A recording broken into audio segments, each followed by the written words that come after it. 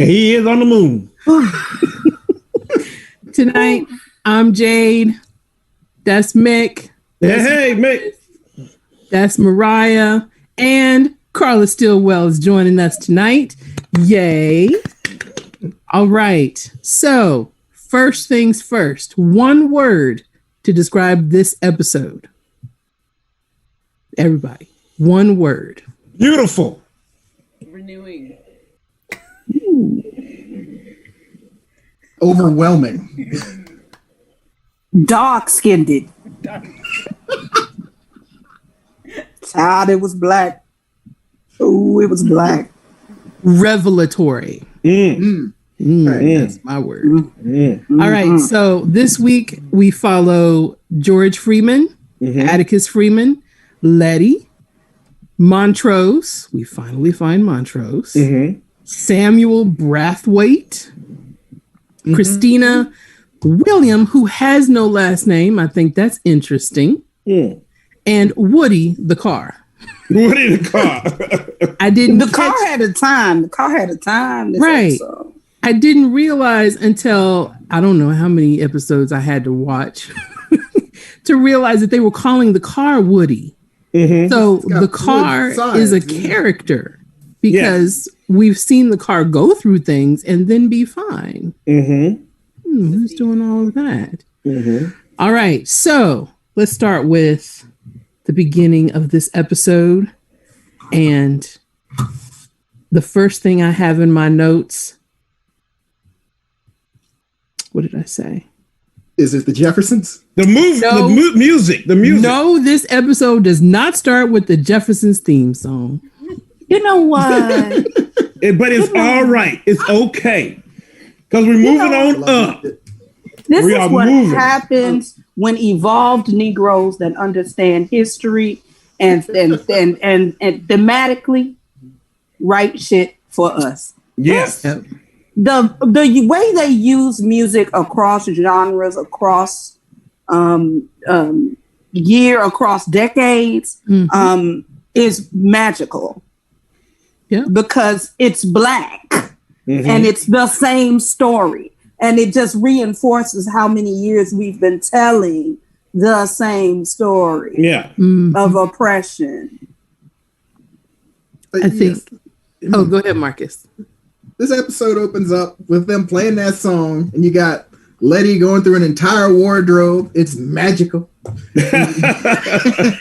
You've got George going through a library of his dreams. Yeah. It's also magical. And it all feels just a little bit off. You're like, weren't these people just like terrorized by monsters? How are they enjoying this? This is wrong. Yes. Right. But it was so cool when she did let the spell go, they started screaming because I would have been screaming, period. It would have cussed a scream from me. Cussed a scream. Never would have slept a little bit. There's nothing. No. Listen, the dog things had eyes all over themselves. Yes. I'm over it. I'm over the dog thing. Yes. Okay? I'm still traumatized from the first dog thing. Yes. And I understood. And when she took the spell off, I said, no, give it back. They need the spell. Put the spell back. Like, I usually don't trust white people, but on this. Put it back. Right? Put it back. Yeah. Put it back. The Shoggoths. The Shoggoths. Have they actually said that in the story, or is that just your prior Lovecraft knowledge? No, that's what Tick says. Oh, Tick said the words? I think he says Shoggoth. I missed that. Really? I missed that. I wouldn't have gotten it any other way. Yeah, because that is Lovecraftian all the way. Yeah. Yes. When he is walking, he's talking to somebody outside, and you know where I found it? No. I went back to episode 1. And when he's walking with the woman from the bus, he says, he's talking about I guess the book that he's reading or something. And he mentions Shoggoths, these things that have eyes everywhere. I think that's where it was, but it was somewhere in episode 1. Okay. Huh. He does. Go back and look for that. It was. See, I don't remember any of the names. Lee starts with L. Letty. He mentioned them right before they came out. I gotta go back and watch. Yeah. Yes. I need to go back and watch too. And I need to go back and watch that. With eyes. And but see, I was screaming too much through this. I couldn't hear nothing because I was screaming. That was right before the police officer came. Yeah. Yep. The sheriff. Yes. They heard something in the bushes. Mm-hmm. And because he says something about he's talking about John Carter of Mars in the first episode when he's walking to the bus, and there were some other things that happened in episode 1 that were revealed in episode 2. Yeah. Like, oh my God, it was right there. Okay, so we've talked about the first part. I did have to say, George stroking those books and the joy he had in looking at the books. Yes. That fed my soul. Yes. Well, and also just Courtney B. Vance is a phenomenal actor that never gets credit. No, he does not get credit. No. This is his season now. Mm-hmm. He's in everything right now, but it was the actor that was his joy. Like you could feel that he was enjoying that moment. That was fun for him. That he himself is a nerd and likes to rub his hands across books. Mm-hmm. That was just some phenomenal. His joy was phenomenal. Yeah, in that moment, it was. Yeah. In unexpected places that we don't generally see black men having joy with books. And know the books left, right, and center. He knows those books. Yes. That was so cool. And Letty with those outfits. I loved every dress she put on. Everything she put on. I was having joy with her. She came out with that vest and that collared shirt. It was her riding outfit. Her riding outfit. And what I wrote in my notes was she put something on that would usually be the white woman in an adventure, getting ready to have an adventure. Yes. And we don't generally see that. Yes. And we also don't see women in the 40s, black women in the 40s with pants. When you see pieces that are written in that era and the white women wear pants, it's a statement about her freedom and her lightness and how she's a rebel and she's an independent. Yeah. And it's done on purpose. Right. So to have when you see black women in that era, you never see them in pants. Mm-hmm. That's what the big thing in The Color Purple was. That's something else. But just to see her in pants and little shorts and shit was adorable. Yeah, it was. Yeah. And with that outfit that she comes in with the tails, I looked and I was like, all she needs is a hat, and she's Zatanna. She's Zatanna in the DC universe. That would be cool. Mm-hmm. Okay. And we love the French actor José Smollet's older sister. Yes, we do. We love Journée Smollett. Juicy Smollett, the older sister, is just phenomenal. Yes. Juicy sister is an amazing person. We love but see, Journey. The one thing I don't like is that the white guy who keeps showing up out of nowhere scaring everybody. He just show up, just bloop. I'm like, where you come from? Yeah. You know, because I'm gonna have to say something. I have to say something. Where you keep coming from, man? Where you keep coming from? Is he human? Is he human? I don't think so. He's magical. Here's the thing: he is magical. I think he wanted. He was guiding things along. I think he was guiding things because when he bent down and said, even though they don't want you here, don't mean you should. You don't mean whatever he said. What did he say? Right. He said, they don't want you here doesn't mean you don't belong here. So I was like, okay, he must be for us. He must be for us. Okay. And then when things were happening, he was kind of like smiling. I said, what's up with him? Okay, we might have an ally up in here. But you know what? I don't know about all that. You gotta take somebody. I think when black people write stuff, you get to think about it broadly in black religion and African religions. And if in that character is like who is it in voodoo? Papa Legba. Like that character is not. He doesn't. I don't think he sits on one side or the other. He just is, and he's doing all the work on either side. Yeah, it's like, let's see what that shit is, and because black people usually don't write the wholly benevolent creature. That shit ain't interested, and that's not how we live our life. No, so, that's not. Yeah. So I think that he is magical in some sense. And I also think that he is not on anybody's side. Yeah. I think he's creepy as all get out. Yeah, he's creepy. Are we talking about the blonde white guy? Yeah. William. Yes. Who just pops up out everywhere. He just pops up. Because I didn't think much about him until you guys mentioned him. But because he said that he wasn't the butler, he was a friend of the girl. Christina. And we also know that Christina so that the fact that he didn't sit at any of the tables. Yeah. And then also the fact that we know that Christina wants to be a part of this order that she can't attain because she's not a man. Well, the order, yeah, that's right. She cannot be in that order. And so, like, what if he was, I don't want to say like familiar or something, but yes. Yeah, like what if he was that so that she could have that experience from like the masculine perspective. So since we're at the beginning of the episode, what was up with that town? When they went into town and everybody's playing, I would have said, why aren't these people nervous that some black folk is walking through their town? I was like, these kids they just playing and not one person looked around and said, wait a minute. I don't think they were human either. Yeah, they might not be. The Pokemon trainer over there, she wasn't too happy with him. No.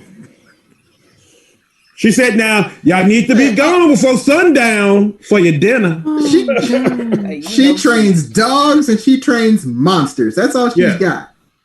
Yeah. That's her whole life. Yeah. And also, I don't know if they're not used to black people in that town.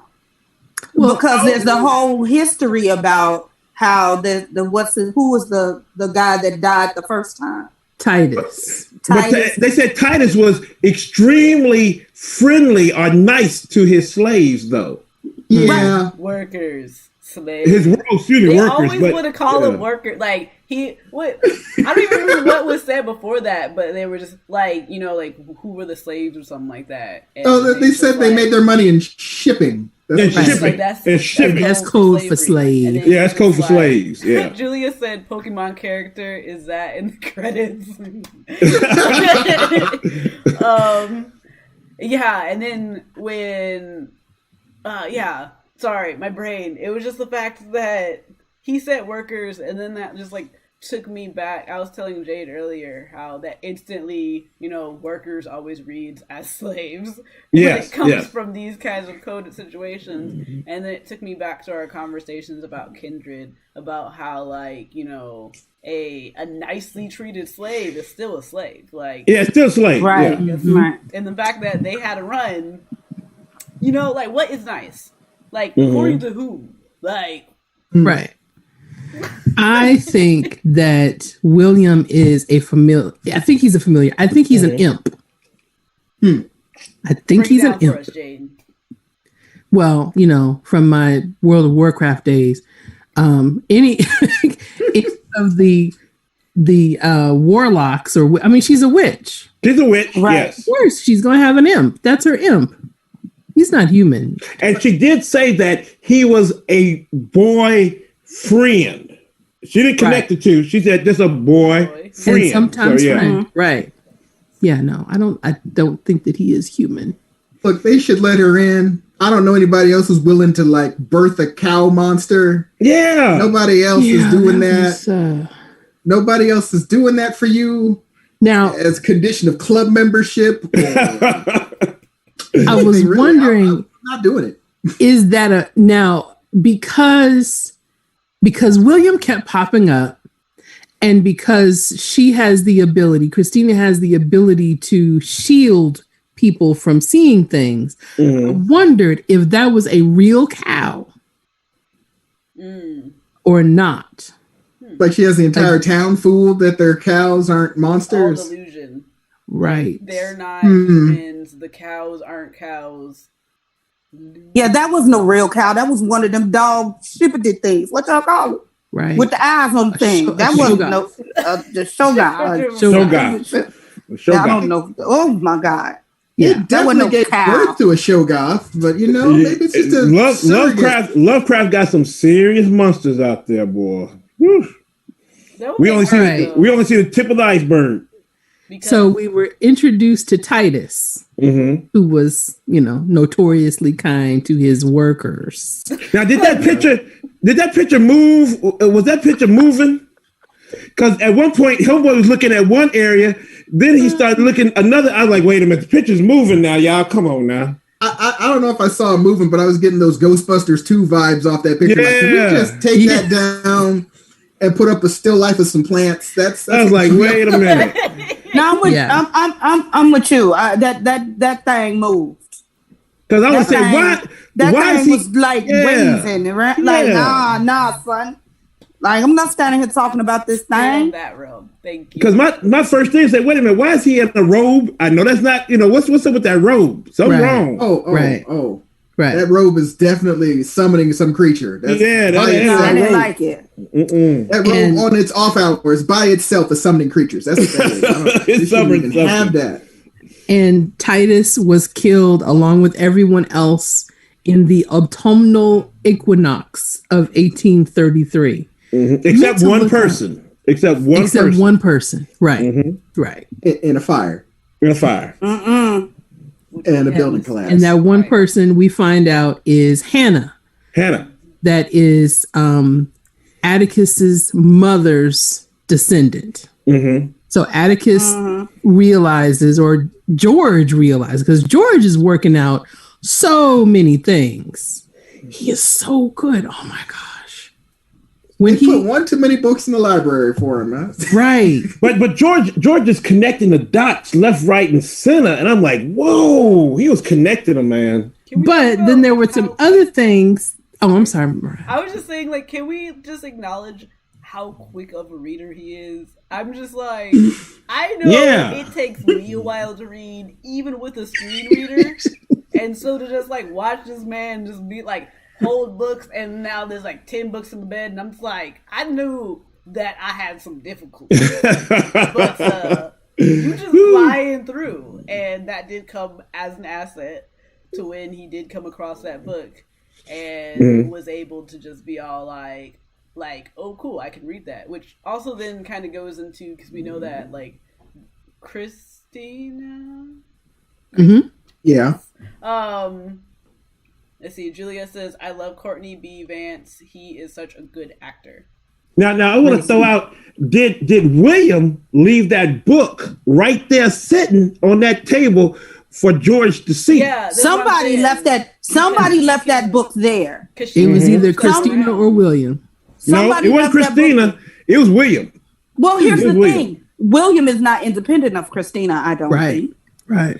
And I think he is. And I think Christina sabotaged that whole fucking thing because she was mad because she was like, y'all brought a whole Negro here and I can't do this. Yeah. There was so Come on now. See, the Negro was going to bring Mother Nature. He was bringing Mother Nature. And now we find out Mother Nature is black. Hey. Okay, before we get to that point. Can I ask a question? I'm jumping ahead to ask, did that, first of all, again, this whole cast is phenomenal. That doggone Tony Goldwyn of Goldman Sachs and Goldman Myers and Goldman, that doggone Tony born with all that money and you still got talent. It's just amazing. Right. Did he give up a rib? He gave us a rib. Liver. I thought that was his liver. It was his liver? It looked like it didn't look solid when they pulled it out of him. Yeah. It didn't look solid, but my thing was it was the whole Adam like sacrifice, this. So that's why I was like, it looked, and I was like, did he give up a liver or part of a kidney? What is that? That's what he fed them afterwards. No, Tick said, but Tick was like a black man. Don't eat that. Don't eat that. Well, that's because he saw it when they took it out. Don't eat it. He said, nope. Right. Don't eat it. And there were so many. He said he gave of himself, and like that was very literal. And literal. Like, I mean, what the things he could take out that he could live through would be like the liver, at least a section of it. Yeah. I don't see bone would have been too much. They would have needed more than what that guy in the robe was using to get that out. Yeah. Listen, I don't know if you can. Oof. Why is Fitzgerald Grant doing this? Right. I couldn't remember what his name was on Scandal. Oh, because I was like, is that Fitz? Yeah, it is. It is. Why do I have to hate you and everything? Everything. We hate him in so everything. Good at being bad. I mean, going all the way back to Ghost. He is so good at being the one. And I'm telling you, people that are born into those type of dynasties and families with that much money usually can't act. He's him and Julia Louis-Dreyfus. They're anomalies. Where did they come from? Because you usually don't get all that. They can definitely act. Go back to the table when they realized that they were being watched. When George realizes that they're being watched again. Yeah. God dang, Carla! Oh no, Carla. We've lost you. We lost Carla. I had to do it. It was something happening that was making lights and sounds. Sorry. Comes back to change things. Oh my God. In the meantime, Letty, and you know why people don't season their food? Yeah. Oh my God. They don't season their food. That's true. That is true. Just so matter of fact, Black. Yes. But also, he came with the salt and pepper. Like, hey, listen, look how I didn't mess it up. But yeah, I'm sorry, my phone was doing stuff. She never said to the butler. She's leaving salt. Butler just knew. He's like, "Oh, here you go. I know. Here you go. I know. I understand. I've serviced y'all kinds before. Always asking for seasoning. What is this? Did that butler get a name? Did he get a close up? Where was he from? He just came out of nowhere. We never even see him again. Not even when they're having their order party of, I don't know, Fitz liver. No, you don't see him again. That's interesting. Everyone else that works in the house, you don't see any faces. You didn't see any faces of anybody. No. Is everybody dead? I'm sorry. We don't know. I'm sorry. We don't know. That's a great question. Yeah, that is a great question. Because I don't trust that none of them mugs is dead. Oh. Well, we know some of them got vaporized the Indiana Jones way, so we know that. It was so Indiana Jones. This whole episode was so Indiana Jones. It was. Even going down into the dungeon. Of television. Going down into the dungeon and figuring out that, that's the only stone structure. I was like, doggone it. How did he work that out so fast? George is good, man. Well, George is good. We don't have George anymore. Yeah. No, he's going to come back. Watch and see. He's going to come back. I think he's done. No, this is Lovecraft. Y'all, come on now. It is Lovecraft. It's Lovecraft. There's always somebody got to die, and smart storytellers kill off somebody you love real quick. That's true. That's good storytelling. And based on J.R.R. Martin, that's right. Shoot. Was it George R.R. Martin? That's true. Killing off everybody. Because when you kill people, the good folks that everybody likes off early, that takes the story in a direction where you're forced to focus on some other people, and it moves the story forward. It changes the direction because it makes those other characters have to act. Yeah. So George is a great character that was carrying everybody and carrying that, but he wasn't the star. It's not his story. It's Monroe's story. Now I want to ask, did Monroe kill him so he wouldn't say the secret that we know that's going on? I can't see him killing him. Why not? He said, "Don't you say nothing." And he said, George said, "I got to say something now." He's just gay. That's not the big secret. Like that's not why he didn't kill him. He was a casualty of war. Okay. All the rest of that stuff is gonna come out. Monroe didn't kill him. Okay. And it's Atticus' story. That's why you got to get smart ass George out the way. So that boy can move forward. He came up off a lot of secrets before he went out the door. Oh yeah. He's like, okay, that's not your kid. That's probably my kid. Which in the first episode, when Atticus comes into the shop and is talking to George, and George is turned around and he says, yeah, I got a letter from my dad about my mom. And George is facing the camera, but not facing Atticus. And he's like, yeah, what did it say? And then he read the letter and he said, George knew. George knew what that was. Yeah, George knew what was up. Mm-hmm. He knew something, but he was afraid it was something else. Yeah, right. Yeah, right. He was afraid that he was going to tell him. Okay. So when he closed his eyes and make that breath, that was a breath of relief, not of oh my God, what is he? Are they going to talk about this lineage he had? Right. Now I see it. Okay, that's a good man. I love this thing. Okay, yeah. And when I'm sorry. No, I was just gonna say when they were trapped in their rooms with their fears. Yes. Was it the wife and George are having this whole conversation about childhood, and we were growing up, and it was the three of us. Right. That's another tip to what it is. Why would that be the thing that comes to him when he's being played on? Mm-hmm. Now, was that their fears, or just that was something major in their life that really messed them up? Just like with Tick, killing. I think he killed the girl. That's what he said that he was always messed up about. But that's what the thing. It's the thing that makes you're vulnerable. Yeah. So it preyed on the thing that you're vulnerable to, the thing that'll make you weak. Okay, so let me ask. Who did Tick call in Vietnam? I forgot to say that last time. Who did he call in Vietnam that said he should be dead? I don't know, but he did know that woman's name he was fighting with. Yes, he did. In that dream sequence. Yeah. And he did not want to fight her. Because let me tell y'all something, y'all. With the girl and what happened, that was some messed up stuff right there. Oh, the serpent. The serpent. That was messed up. Again, my 15-year-old. Like them damn eye dogs. I'm not doing that, man.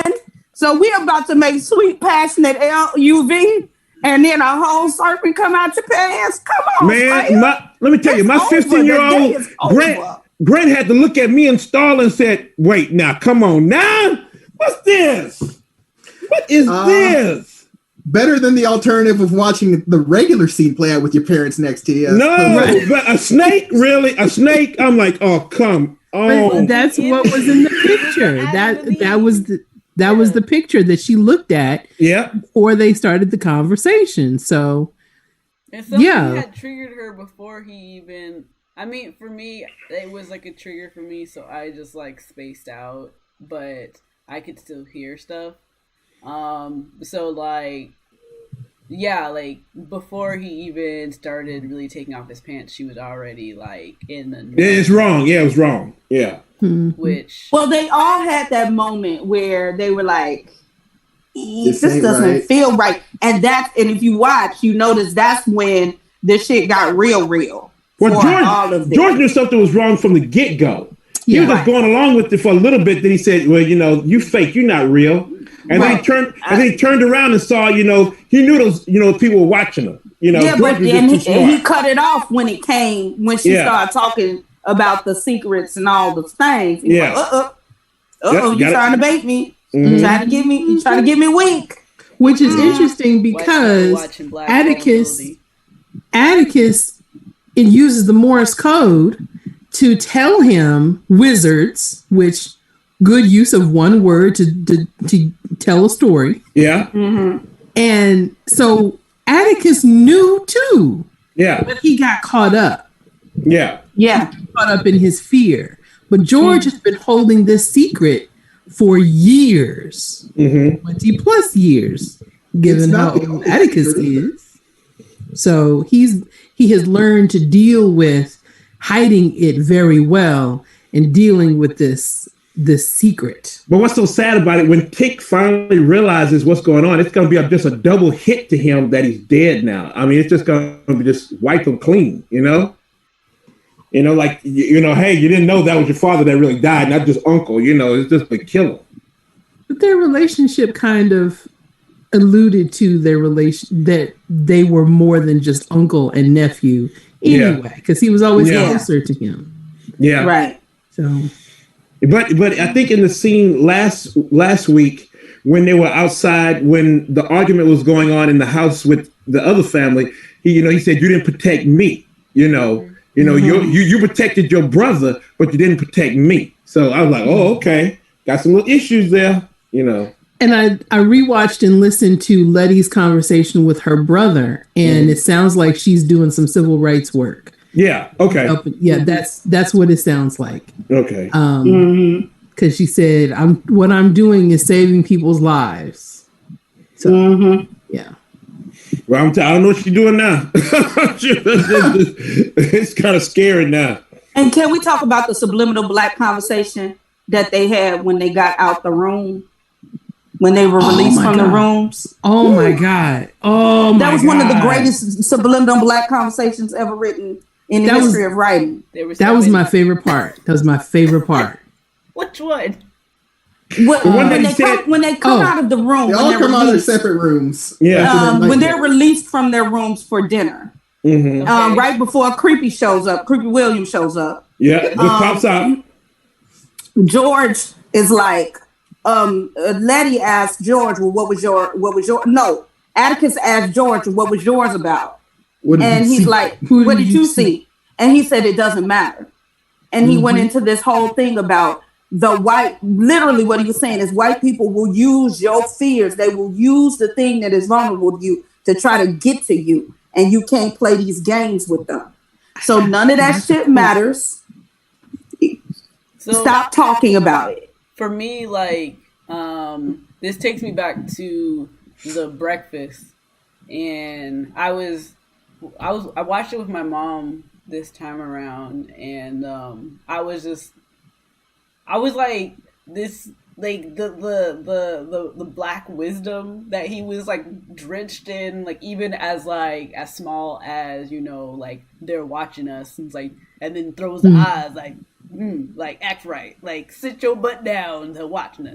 He didn't have nothing more than that. It was just, they're watching us act right, and then like we know how to act, like, and then that also like then tying into the whole like it doesn't matter what you saw, like like this is still us. Don't let them break you. But no, it don't matter what it was. Yeah. Like, it was almost like. It was almost like they were talking to all of us, all African Americans in America. Don't let them break you. No, that's why I said it was a subliminal. That's why I call it a subliminal black conversation. Yeah, don't let them break you. That was for the culture. That's for everybody. Yes. But 2020, don't let 2020 break you. Don't let. That was for the culture. They just trying to get in your heads. Yes, don't let them break you. You were a good boy. Oh my God, I loved when he said that. You were a good boy and an even better man. Yes. Don't you ever let them make you question yourself. That's how they win. They want to make us crazy, terrorize us, make us scared. Like, and that's been 400 years right there. 400 years. That's 401. Right. 401 right there. That's it right there. So many, like there's been so many civil rights leaders that have reiterated that in some way or another. Yes. It's just like, like me, like recently things that I've heard that I've listened to is like Malcolm X reiterating how it's not about taking on the way how the white man sees the black skin and feeling that we are entrapped, but to know ourselves from the other way around.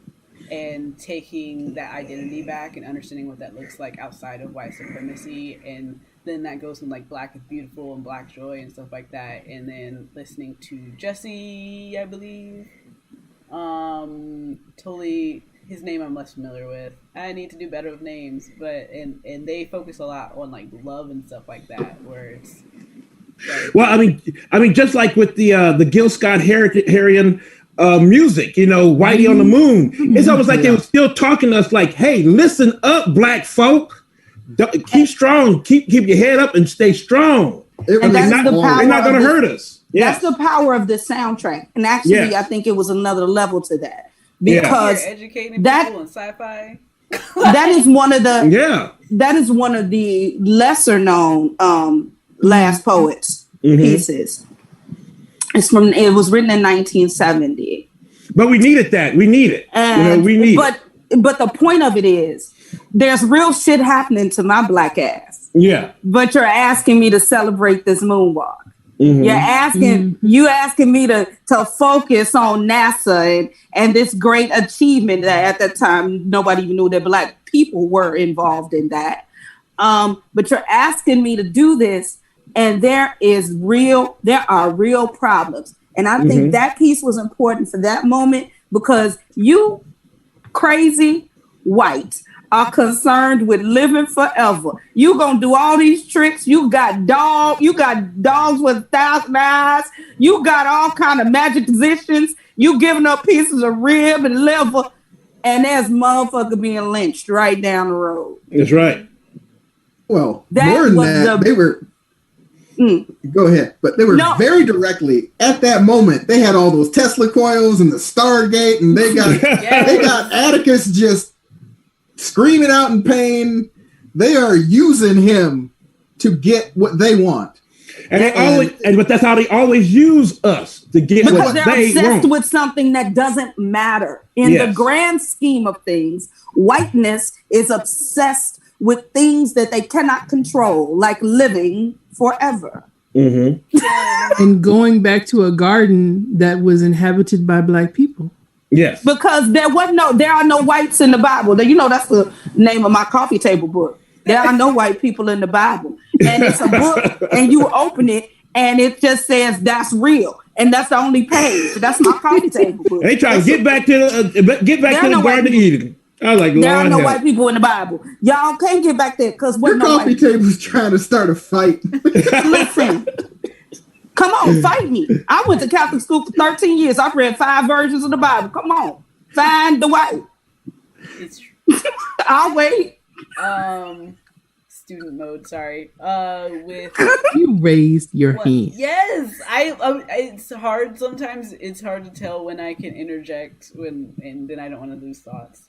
Interjection, show excitement and emotion. I'm sorry. So one of the things that I really appreciated about this episode is that it looked at a lot of different intersections. So it wasn't just like I saw, like obviously the race aspect, but then also the gender aspect of what men are privileged to have over women, and then also the class aspect when they commented on, it was like, are y'all the Klan? And it's just like, no, they're too poor, and it's just like, right. That was something else right there. That was very telling right there. And, but like that's still true and that's still accurate. And I have these like conversations when it's like when we're talking about decolonizing and taking on liberation, and we're talking about destructing white supremacy, that's also acknowledging like where people who identify themselves as white really get mixed up is that they were only grandfathered in so that they wouldn't draw arms with the black and indigenous and other people of color, but this idea of whiteness, the idea of whiteness was Bacon's intentionally created for supremacy, with the intention of supremacy, and that there's no other purpose around that. And then 2, even after the grandfathering effect happened, so that it created like more docile from their angle, so that they could just like blame all of the black and brown people for things. There's still this inherent class issue, and the upper class white people don't want what's best for the poor whites, and so of course there's going to be the Civil War outside. Well, actually, what it is the Southern Strategy by Lee Atwater. He said it. It's the Southern strategy. You can't call them the N-word no more. You can't call them the N-word. So let's just say, the low-income housing and all that stuff. Mm-hmm. So they had to change their way. That's it. And we see that today. We see that right now. So, it's a little more overt right now. It's real more overt. But like I said, the Klan was used by the rich because rich didn't want to deal with them. Yeah. The Klan was used. And that's how it is right now. Because Mr. Orange Man don't want to be no Klanman. He just want to use them. Right.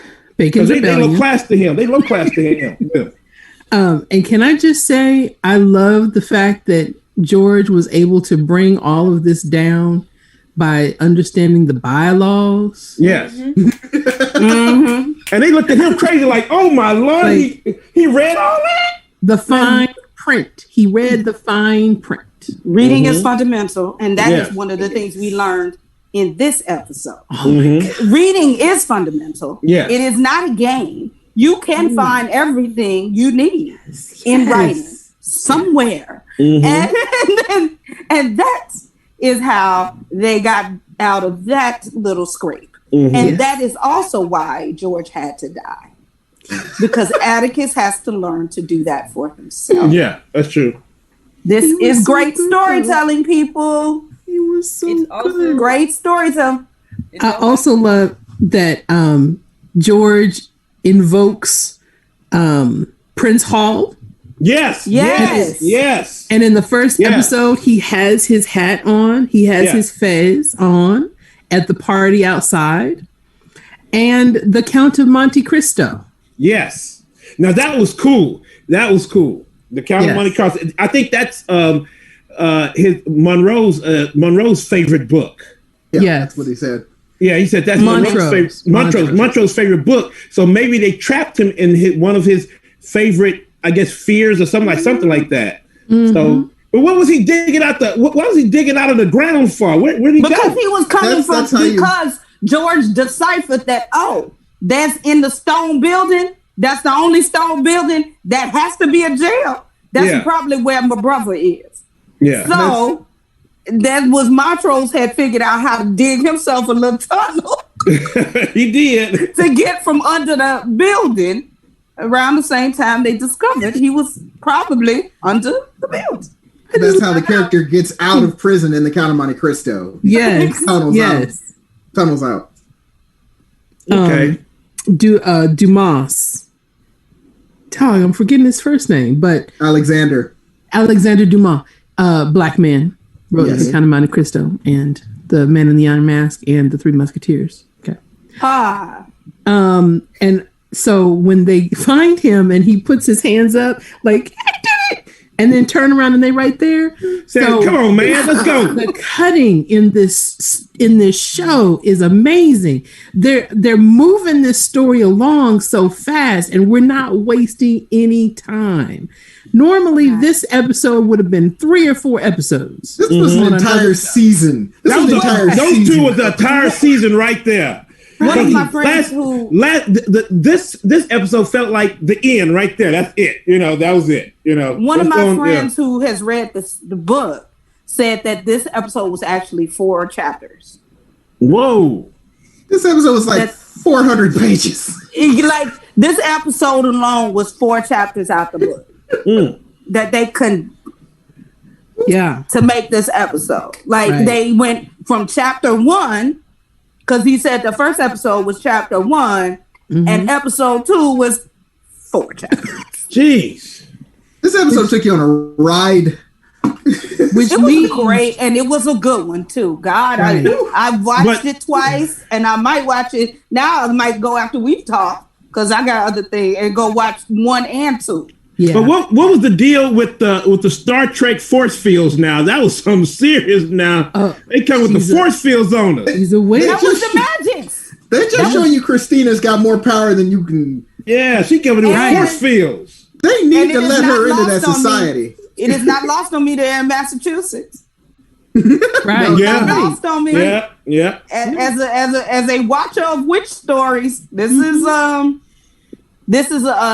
way more magical than I thought it was going to be a more alien kind of supernatural piece, but this is really a more I think they're blending all the genres. I think because them all. Yeah, go ahead. Because I don't think are they leaving Lovecraftian stuff? Because I'm kind of like, where's the Lovecraftian now? Because they're leaving it. They're leaving it alone. They're moving somewhere different. But he's still who he is, though. Yeah. Atticus is still the heir apparent of whatever this energy is. Mm-hmm. They're not leaving it. They're not. They can't leave it. Okay. They just got to take George back to his wife and explain how they got him killed. Because I want to see Cthulhu. I want to see Cthulhu coming somewhere. I want to see Cthulhu in all his glory. He got to come somewhere. All I can tell you is, with all them robes, you're going to see something. Cthulhu got to come on. Because this was just one chapter of that order. So Christina's probably still alive. Oh, she's fine. She's fine. Little imp somewhere. Daddy's gone. Well, he turned to stone. And Daddy was stone. Even the stone with that crumbled. So like, right. But again, this is great storytelling. Mm-hmm. Bring in this great devious character and kill him right away. Awesome. Gone. I would say, Jay, go ahead. His grandma. Oh my God. Was that his great grandma? Or this is grandma. No, that was a great. That was like 4 greats. Right. She was a slave that lived. Yeah, try to tell him, like, come on, baby. I'm like, woo! There we go.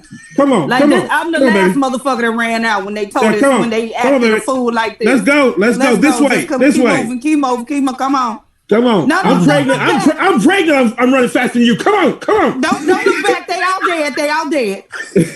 Come on. I love that one. House too. It was so good. It was good. Great episode. It was a great episode. It was. I had been telling my mother about it. You know, she's 89 years old and she does not like sci-fi, fantasy, nothing. But I was telling her about it and she said, well, just put it on. I said, well, it's monsters. So, I'll fast forward past the monsters. But in the first episode, there's so much tension there with the with the sheriff that by the time the monster comes, I paused it and she was like, well, just go ahead and show it. Is he going to do something to the sheriff? And I said, well, you'll see. She was like, that's when you root them on. Like, come on, kill them all. Kill them all. Come on, big sand dogs. Yeah, get them all. Even my mother watched the whole episode. She was like, no. Let me see the monster. Yeah. That's why I'm waiting on Cthulhu. Cthulhu, he going to tell him. He going to say, listen now, I'm tired of all of y'all now. All right. 2020. So what are you looking forward to for next week? The tension between Montrose and George's wife. Yeah. When they get back to the Chi. Yeah. When they get back to over here in Chicago, shout out to my city, it's gonna be a problem. Yeah, it is. I just want to see where they're gonna go from here because it felt like a finale. This last one, with all they went through, now what's going to happen too? What's going to happen?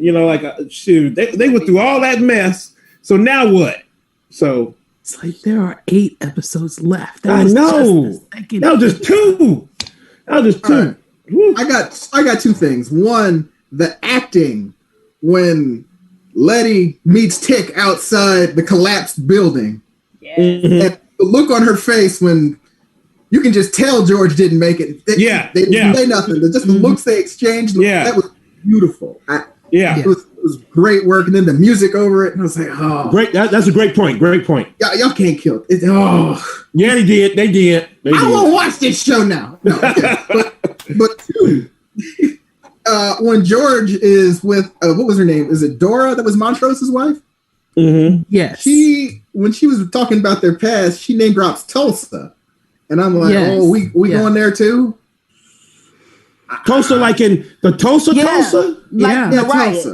Like that must be where they were before they moved to Chicago. Right. Because if this is 1954 and they were a little kids, bit of math. Yeah. So they're close to Tulsa somewhere? Well, no, here's the thing. Misha Green said that she chose Chicago specifically because it was, during the Great Migration. It was the South Side was a respite, a safe place where Tulsa. Negroes from all over would migrate to for freedom. So after the Tulsa riots, a lot of those folks, whoever survived, ended up in Chicago on the South Side too. Man, they bringing Tulsa back in, boy. Woo. They telling every black story. They are telling all the black story. They're like, there's a black story, I'm gonna tell it. Corrective narratives. Now, don't get me mad again with Tulsa, though. Don't get me mad again with Tulsa. We just came back there from Watchmen, and Watchmen already got me pissed off. Now you're gonna bring me back there? Nah, they don't care. I think you should just get ready. Well, I'm gonna get ready. Okay. HBO has never been good at protecting white people. No, HBO has historically been very bad at protecting white people from their bullshit. And apparently HBO has said with this and P-Valley and HBO has really just said, I don't care about whiteness anymore. Yeah. And we're just going to give these black people green light, these black projects, and let blackness be abundant. And I'm with the shits, me, myself, personally. And Misha Green, Underground. I loved Underground. Yes. I still use season 2, episode 6, Minty. Oof. That episode where she had Harriet Tubman just telling her story for the whole episode. I use that in class.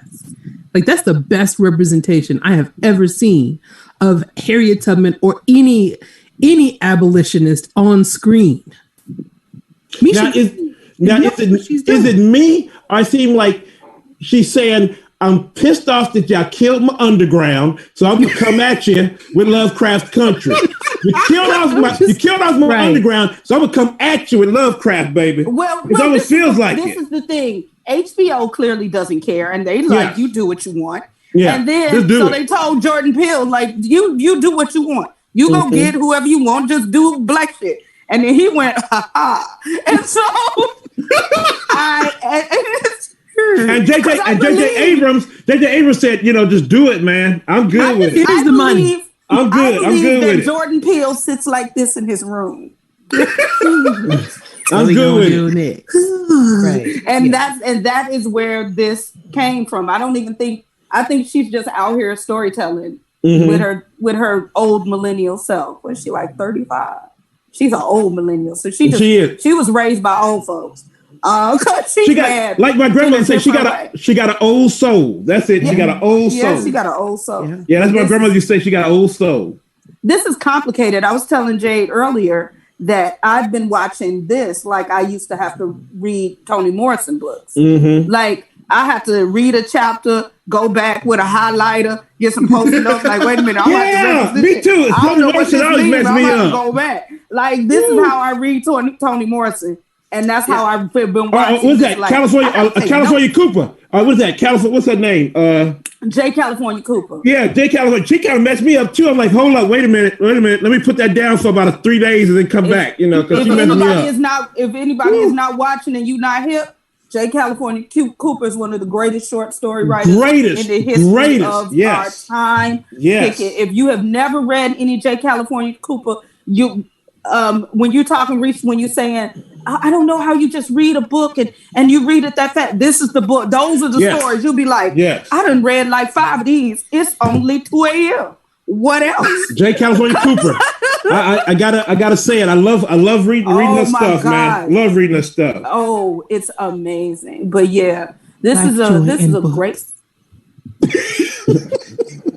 That's gonna be me. All these episodes. Black joy in books. Don't get me started. When he was rubbing his hands on the books, I do go and rub my hands on my own bookshelf. Like, I keep the speeches of Malcolm X. I pick them up sometimes. Now, if this girl throw in Octavia Butler and all this, I'm gonna be like, I'm just gonna be gone. If she throw some seed in there, I'm like, I'm gone. I'm done. I feel like cut off my head. I'm done. I feel like it might be coming. I mean, we got all these other things. We got all these other things. All right. Do we give final thoughts? Mariah? The thing that I'm looking forward to is, and I'm sure other people have picked it up, but I'm really noticing how there's this beautiful artistry of taking true history and smashing it with sci-fi, and it's just like Mm-hmm. all things blurredom and all things truth. Because in the preview, it showed going into how like black people, when we do make it into like affluent homes, then white people just lose all their shit. And I was just like, so yeah, we just telling all the stories, okay? Like, I'm here for it. Like, there's a haunting and white people mad because black people are great. This is wow. Like, let's do that. Okay. And then the one thing I've seen in my Facebook stuff is how white folk tell other white folk, yeah, I know it's really good. You should check out the Green Book because that'll show you more. I'm like, no, don't do that. No, don't do that. No. People are learning on Facebook. Let's put it that way. Yeah, they are learning. They're getting an education. Oh, big education. No, leave that Green Book alone. No. Don't do that. But they also, but I also see on Facebook a lot, and also Twitter, how a lot of white folk are upset how these black folk are being so successful in getting away with not getting murdered, and also outsmarting other white folk. They don't like that. They don't like. Elucidate.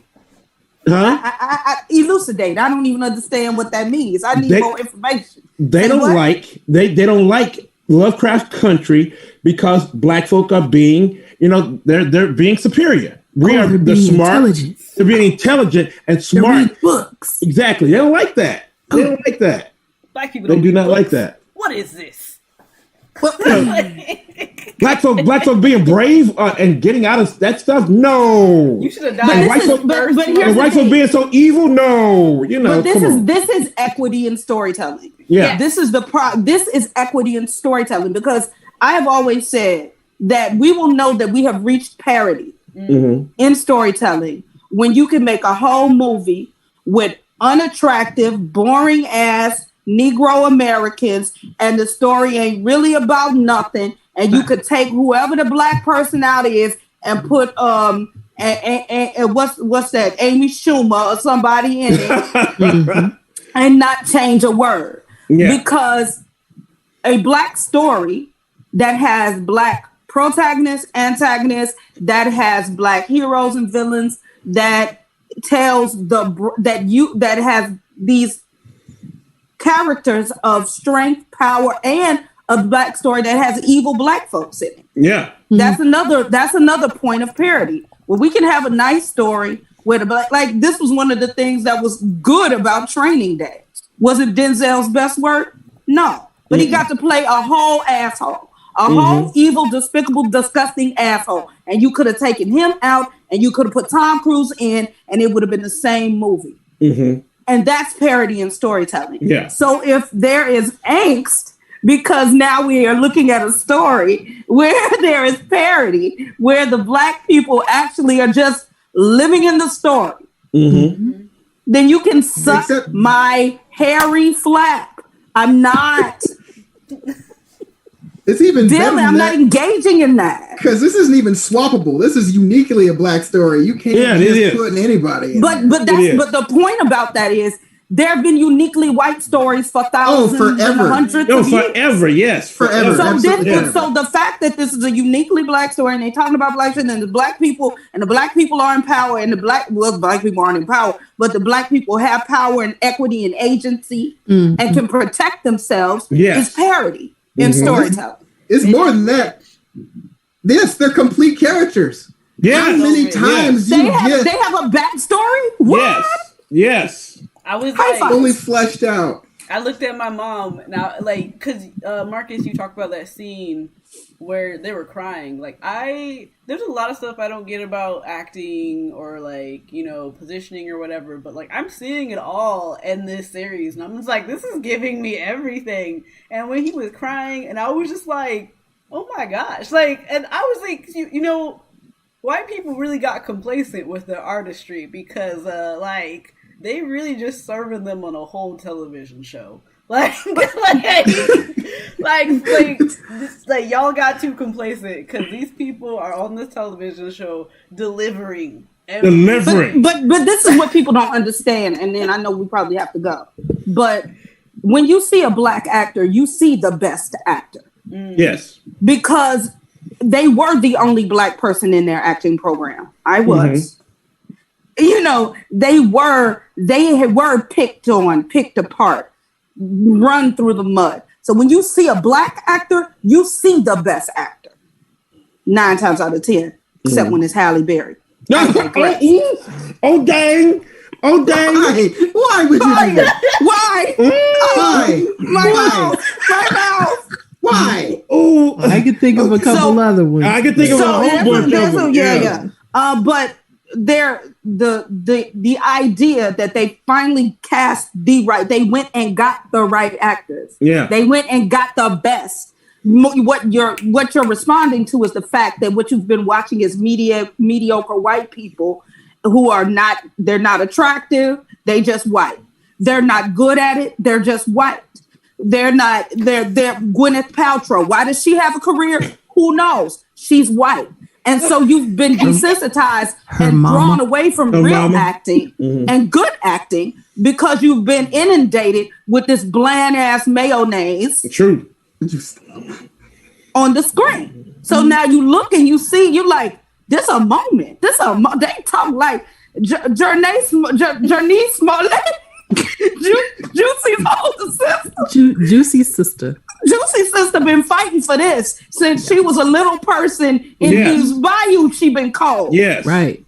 So of course she's giving you that. Like Courtney's they're giving you all of it. They're giving us life. Courtney came off the boards in New York, man. That's a Broadway actor. He's studied. Courtney, now there's one scene when they come out of the rooms and he looks at them both and he gives her a subtle look and he says, "Are you okay?" Yeah. Just that one look. I was like, oh my God, I'm going to cry because he has become her father. Mm-hmm. He's like, you Letitia motherfucking James. Yeah, I love that. I love that line. I love it. And because that line is beautiful in the actual writing and the storytelling and in the delivery. Yes. Because what it tells you is he had been on a default, a tick about her being a child. Mm-hmm. And she put him in his place and he understood it. He wasn't offended by it. His ego wasn't engaged with it. And he took that into himself. And he treated her like a woman and a daughter. And that's difficult. He treated her like a Black woman and a daughter because he said again, Black women, you are strong, period. You know, he said, Black women, you strong, be strong. And I love that moment. I was like, yeah, there we go. That's how we do it. That's how we do it. And then he cradles them. Both. Mm-hmm. Both of them. Cradles them both. Black and but you know why that made me cry? That made me, because I was in here in the moistness, like with my eyes. I cried. That made me cry because we are so, in this society, you're a Black child and then you're 9 and then you're a Black adult. Yes. And that's it. And that's why Tamir Rice is dead. Because, you know, we like, he was grown to whoever was watching. They couldn't, these white people, they couldn't see him as a child. So this idea that there is an adult that protects and understands that though you are grown, you're still growing and you're and you have the right as a Black person to be small and vulnerable and take a breath. In a Black male figure, because typically we only see that from women having women in like femme roles having to pour out that kind of nourishment and guidance, and to see it's like, you know, Black man finally, like, I don't want to say finally, but at least personified in, you know, one of the fewer roles, Black men finally stepping into that position of holding somebody to their bosom, like being vulnerable themselves, because, you know, you used to the Coach Carter talk like, and y'all gotta stand up and be Black, be proud, be representative. Negroes! Like we're used to this. But he was holding our future. He was holding the future. Yes. Nurturing and holding the future. Yes. You know, the young. He was holding the young and said, don't be scared. Be brave. Don't let them break us. We got to make it through. And he was talking to us all day long. He was talking to us. Don't be broken. Do not be broken. That was some beautiful writing. Mm-hmm. I got to see who directed that episode because it was directed. That was some beautiful direction. The cinematography, just the scene work they did with those actors. It was just gorgeous. The music. Beautiful, beautiful. I mean, you go from Whitey on the Moon. Wait. Well, there's the Gil Scott Heron, but then Marilyn Manson is in there. Marilyn Manson. Where'd that come from? I'm like, wait a minute. Good. Like it was appropriate. It was appropriate. It was so appropriate. There is somebody, you know what? And this is the other thing.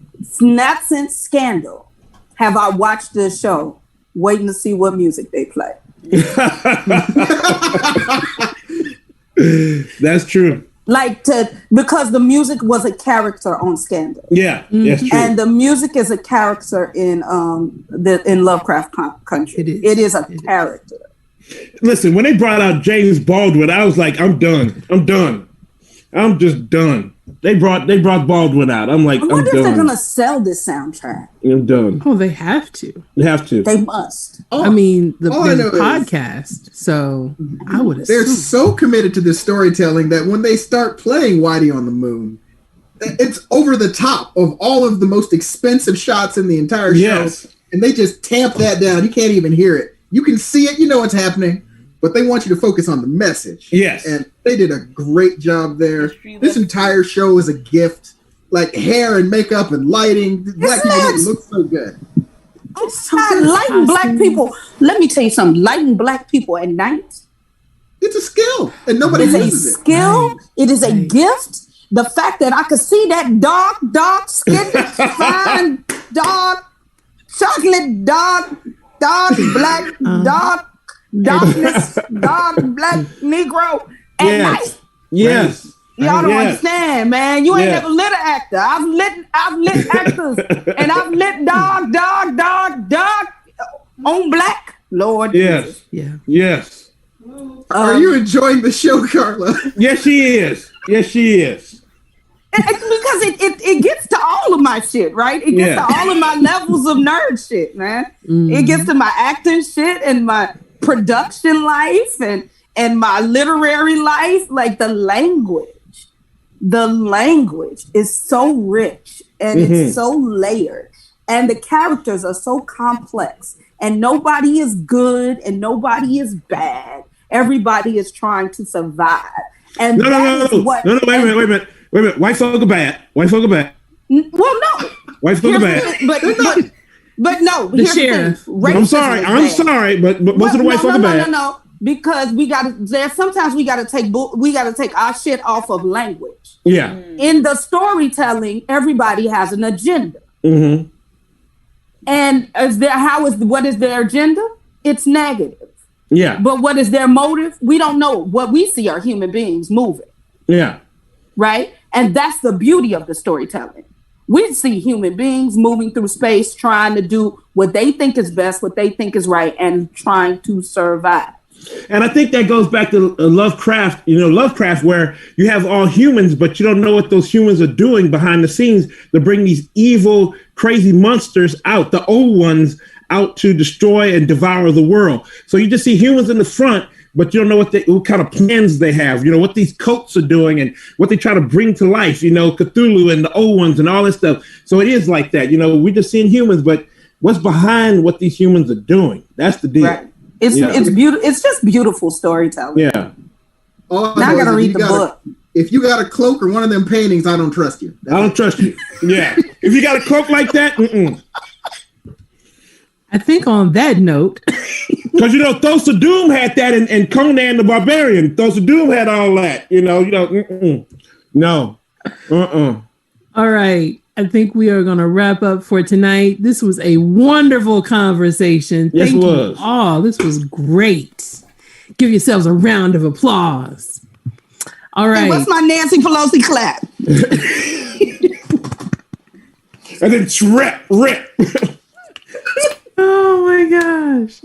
All right. So I'll call you and then shout out where people can find you or what you want people to know. Start with Raya. AfroCon 10/10/2020. Be there or be square. 10/10/20. I will put links for the merch. Mick. Well, you can catch me on Facebook. And also, my wife and I, we run the YouTube channel and the Facebook and Twitter. And also we're on Instagram as Our Family Plays Games, that we show that, hey, we want people to come into the board game hobby. And we want families to come in, but in particular, and for real, we want some Black families and people of color families to come into the games also. Thank you. Marcus. You can find me at Waterbear Games. It's on Twitter. Waterbear Games, it's our logo. Yay! We make board games. Yay, good ones too. Thank you. Carla Stillwell. Wait 1 second, because I wasn't prepared, but here.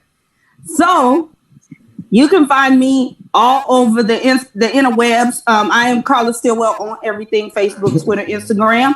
But my organization is the Stillwell Institute for Contemporary Black Art. Yeah. I don't have face masks. So we have face masks. We have face masks. Go to my website, the Stillwell Institute .org, and see what we have coming up, because we are doing a virtual performance arts festival that will air the weekends of September 11th and September 18th. So the StillwellInstitute.org, come and check it out. It's a bunch of Black artists. There's a dancer, jazz musician, some spoken word artists. It's gonna be dope. So cool. Check that. Great, thank you. And the House of Afros, Capes, and Curls, afroscapescurls.com or afroconomaha.com. You can go to afroconomaha.com and see, I think Marcus's picture is up there. I think Carla's picture is up there. Mick, I need y'all's pictures. Oh, okay. I'm doing it too. Yes. And the schedule, a loose schedule is up there. We have a more detailed schedule that's going to come later, but you can definitely get your tickets right now. Also, next week, so we're going to be talking about episode 3, and we're going to have to do this probably Monday or Wednesday, because next Tuesday we are doing the book club, and we're talking about Octavia Butler's Parable of the Sower. Excellent book. Excellent book.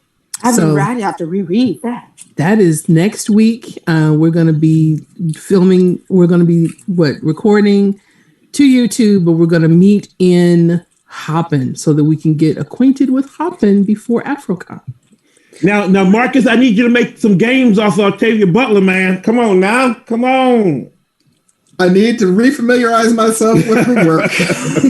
I need some board games off to go with that level. I got it, Mick. I got it. Okay. All right. I've already been getting Marcus about some other things. Yes. Stay on him. We're just making a list. Yes, stay on him. Gonna make some blackboard games. Yes, we are. Some good ones. Some good ones. All right. I want a board game that's shaped like me. Okay, we went down the wrong path right now. We went down the wrong path. We're down the wrong path on that one. I want a board game that has a little Carla cutout that you put around the board. I could put a mirror in the box. Yeah.